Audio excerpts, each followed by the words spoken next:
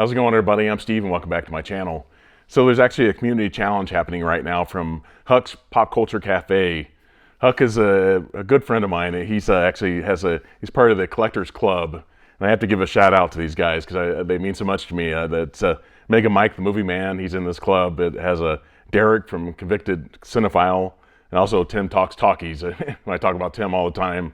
Yeah, love his the two. 80s and 90s ranking, top 25 rankings. I love doing those. But actually, Huck, I'm doing the movie edition here, and Huck started this challenge, and I thought it was really interesting. I actually started thinking about this like last weekend, just trying to come up with a list of who I would put in my top five. And this is a top five on-screen duos.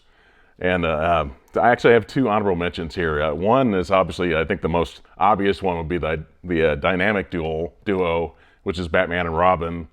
They actually did have a movie. This is a 1966, the TV show that happened in the 60s.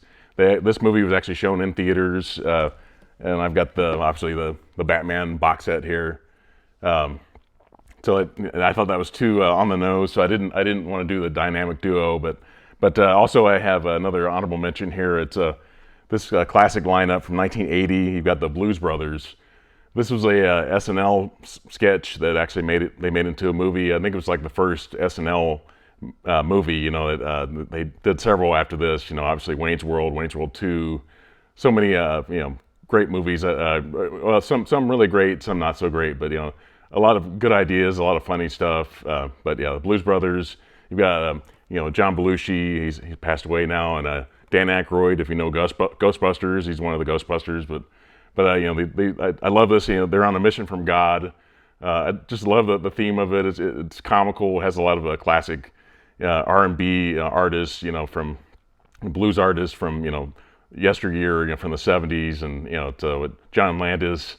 So yeah, definitely love the Blues Brothers. So actually getting to my top five though, this one, the first one here, number five, is actually a duo, a group I actually saw in concert on September 9th here in Indianapolis, and it's Tenacious D, Jack Black and Kyle Gass. They had a movie. Jack Black said during the movie, he said a lot of the people there were really young. I'm 50, but a lot of the people there were probably in their 20s or so. And Jack Black said, a lot of you probably didn't see this in the theater, but this movie, The Pick of Destiny, eventually got a kind of a cult status, cult status from fans, and people kind of found it on video and through streaming and such. But the two guys are in a band, and they have this the pick here, which is supposed to be like an evil pick, and it's anybody that possesses this pick ends up being like rock stars, that kind of thing. But yeah, I saw this movie twice in 2006 in theaters. Jack Black said a lot of people here that have never seen this. And I said I actually saw it twice. It's because of my age. I just happened to be at that age where I could check this out. And I was a huge Tenacious D fan from when they were on HBO. Part of the Mr. Show TV series on HBO. So I got into them way back then. So I've known Jack Black for years. And Kyle Gass, if you've ever seen Elf, he's one of the writers in that movie that with Andy Richter. If you ever saw Conan O'Brien's TV show, Andy Richter, those are the two writers, and they kind of couldn't come up with anything in that movie.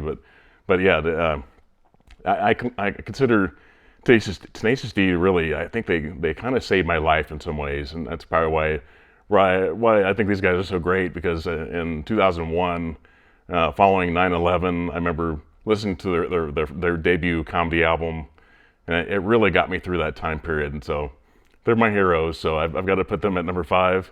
So at number four, this one's actually pretty obvious. I think it's these two guys kind of started the duo kind of thing in the comedy realm. But it's Bill and Ted.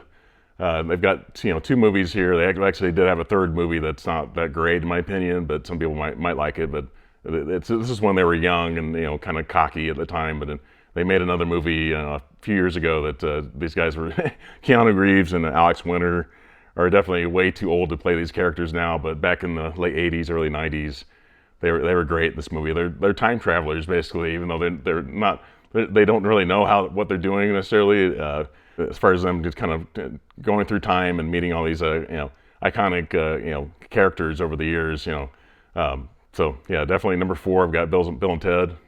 At number 3, this one, these two guys probably wouldn't exist if it weren't for for Bill and Ted. But it's Jay and Silent Bob.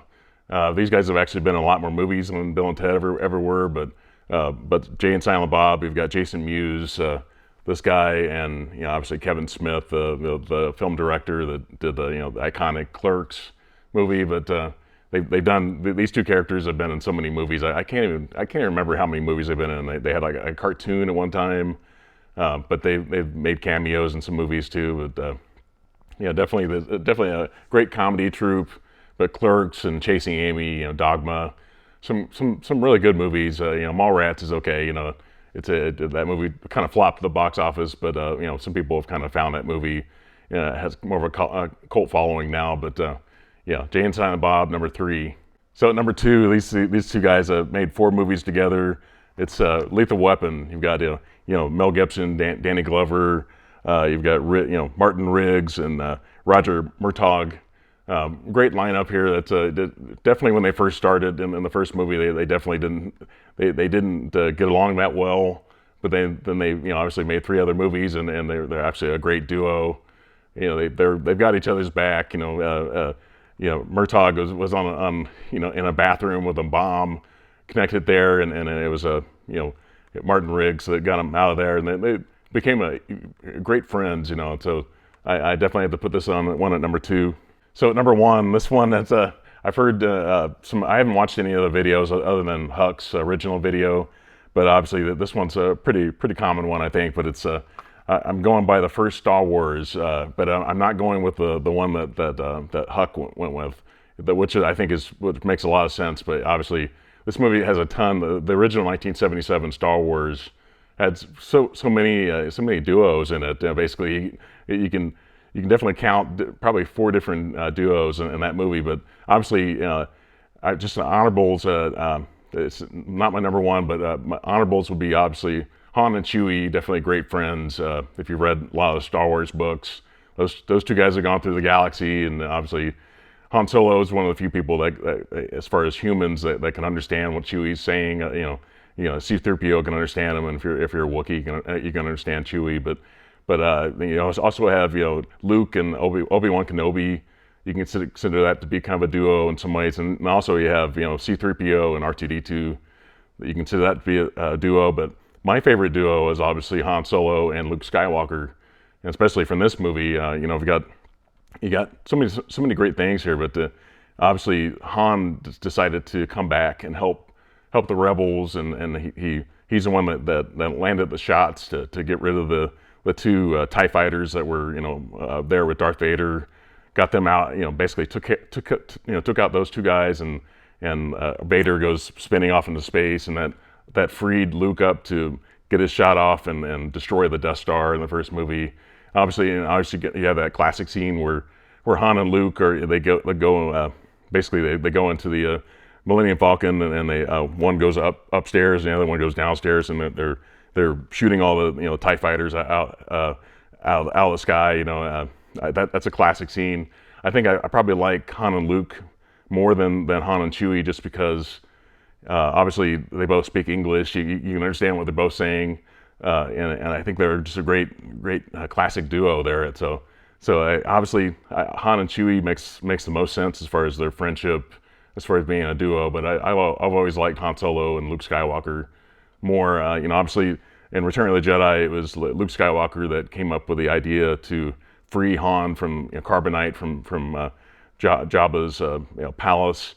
He's the one that came up with that plan. So they're great buddies, and to me that's a classic duo from the Star Wars movies. So that's all I have here. But please leave in the comments. Let me know some of your classic duos. They can be completely different from mine. No wrong answers at all. This is just for fun. Obviously. Please, if you're not already subscribed to my channel, please consider doing that. And have a great one, and give the video a thumbs up. Thank you. Bye.